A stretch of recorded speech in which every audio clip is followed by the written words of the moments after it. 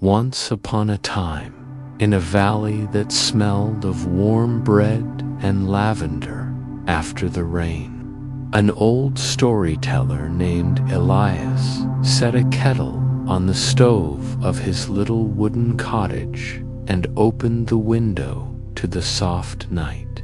The river outside spoke in a low silver voice, and the hills curled around the village like gentle cats falling asleep.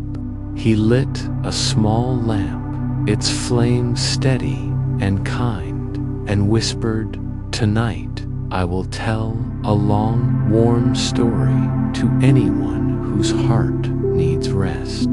Far away, where the fields gave way to a forest of honey-colored leaves, a silver-furred fox named Leora lifted her head as if she had heard him. Leora knew the forest's paths the way a lullaby knows its tune. Under the tallest tree, the stargazer oak, she waited for a friend, a boy named Theo, who sometimes wandered after fireflies and returned home with his pockets full of moonlight. On this night, Theo lay in bed, the window open, the breeze like a soft hand smoothing the blanket. He heard Ilias's voice in the distance, or maybe it was just the night arranging itself into a story, and he dreamed himself to the edge of the glowing wood. Leora was there, eyes like quiet lamps. "You came," she said, and her voice felt like wool mittens warmed by the hearth. "Walk with me. I'll show you where the night keeps extra stars for those who need them." They moved slowly beneath branches that bent as if to bless them. Somewhere, an owl hummed a low, kind song. Somewhere, rabbits arranged clover on a little moss table as though preparing a midnight picnic. Every breath Theo took seemed to loosen the day from his shoulders. The path was soft, stitched with fallen leaves that did not crunch but sighed hello.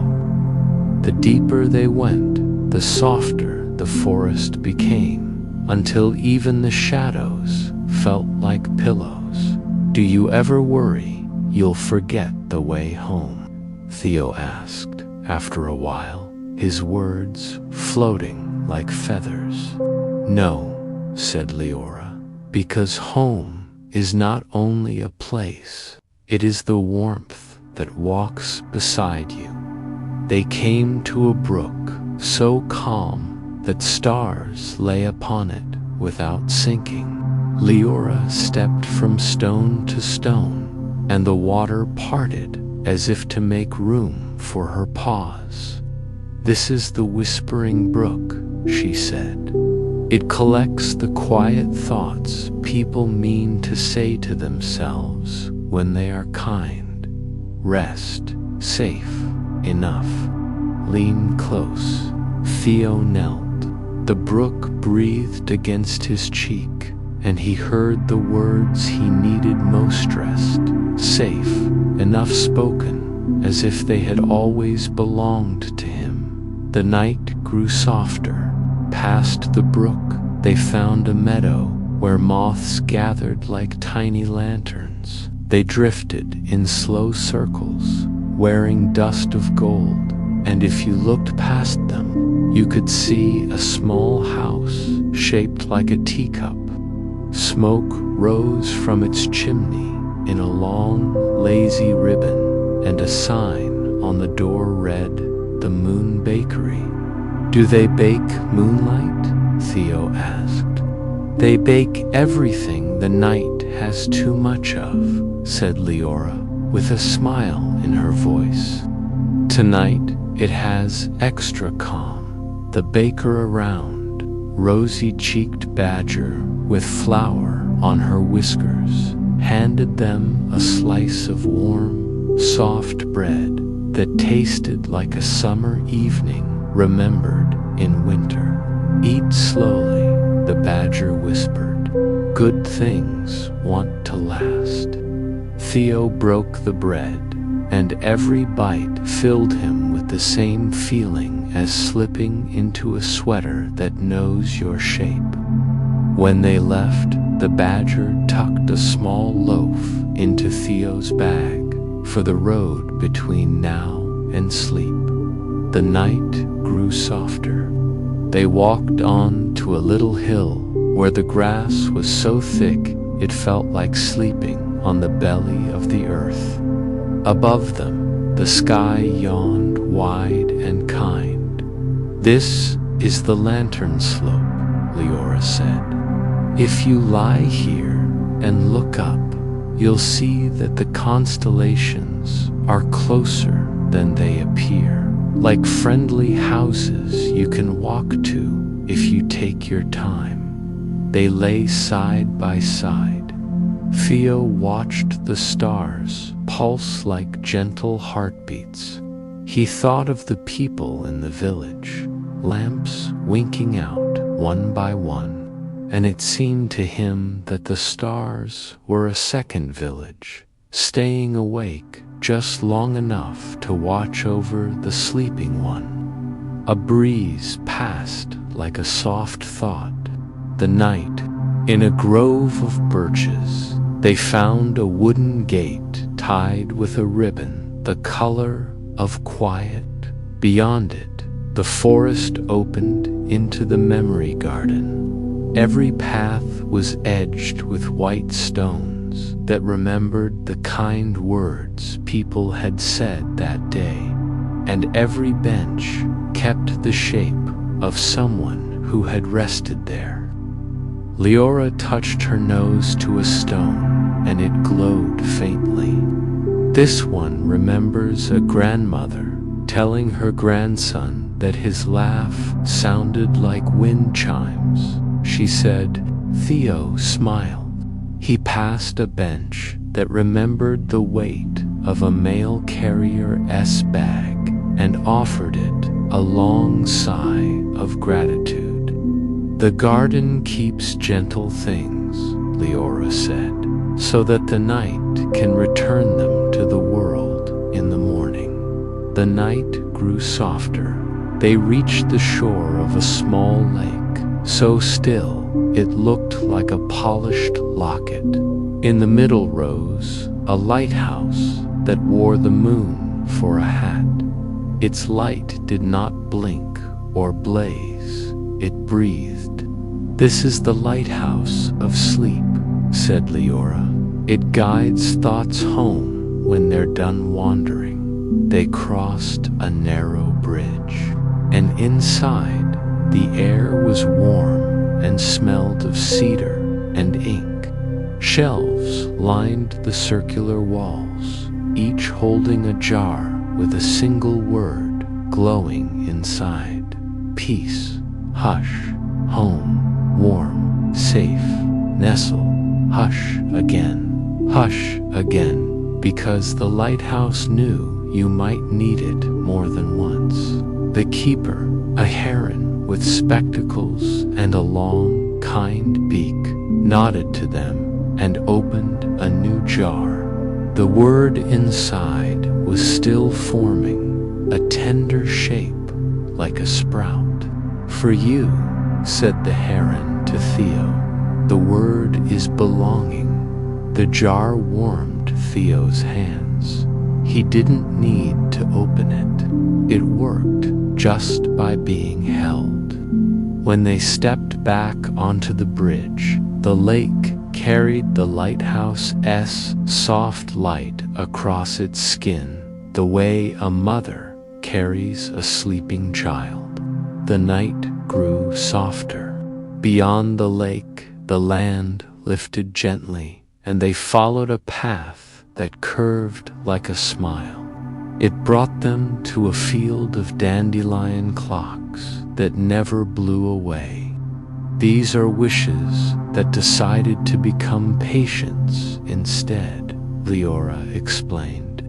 Theo touched one, and it hummed like a bee in a sunlit kitchen. He could feel his own heart slowing to match the hum. He thought about his warm bed by the window and the scent of his pillow like fresh cotton and sunshine, and homesickness arrived not as an ache, but as a promise. Almost there, almost home, almost sleep. The night grew softer. They came upon an old train station with no timetable and no hurry. A signboard said, "Trains for dreams depart when you are ready."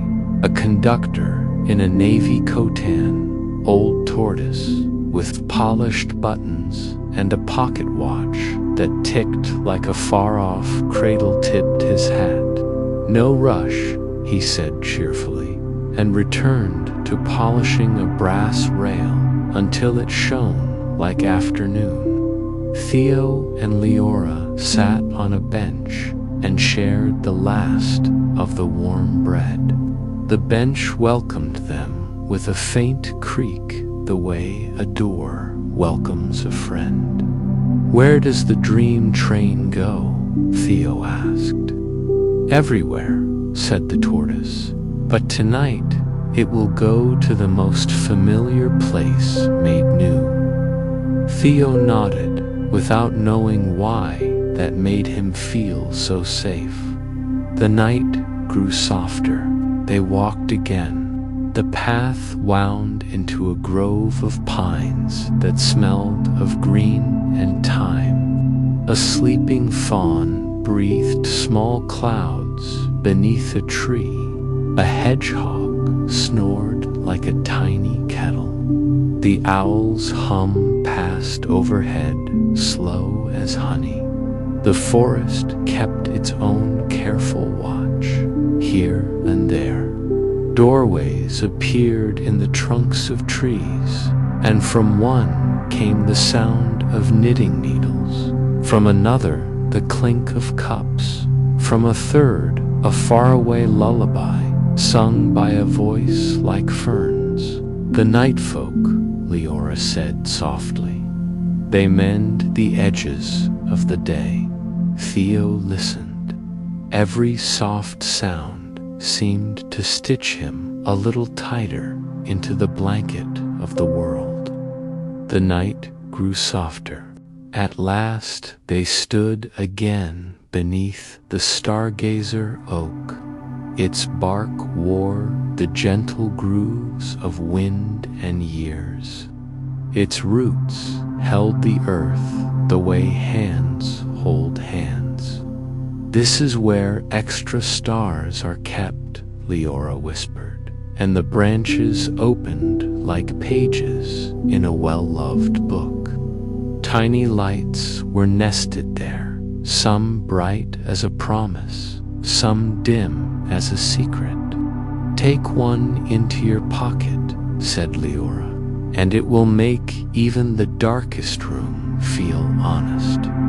Theo reached up, and the star that was already his came down happily. It weighed almost nothing, and yet felt like a coat around his shoulders. He placed it in his pocket, and at once he understood that the way home was not a line but a feeling, the same one he had when his mother tucked the blanket under his feet. The night grew softer. Together they began the gentle walk back. The path remembered them and rose to meet their feet. The moths escorted them as if they were walking the aisle at a quiet celebration. The brook offered its 3 favorite words: again rest, safe, enough, and the bridge by the lighthouse kept its steady promise beneath them. At the memory garden, the white stones glowed a little brighter, as if pleased that the night would soon deliver its saved kindness to the morning doorsteps. They passed the moon bakery, where the badger had set out a tray labeled for travelers who returned late, and on it sat a cup of warm milk that never cooled. Theo lifted it with both hands, and it tasted like forgiveness you give yourself. The night grew softer. When they reached the edge of the village, the houses were sleeping with their roofs pulled up like quilts. Theo's window waited open, letting in just enough night to remind the room that it belonged to the world. He turned to Leora and found that looking at her made him feel the way he did when fresh sheets kissed the skin. "Thank you," he said. "Don't thank me," she replied with a soft laugh. "Thank the night for making room." Her silver fur caught the last light like frost at dawn. She touched her nose to his wrist. "Remember, whenever you think you are far away, you are actually on the path back."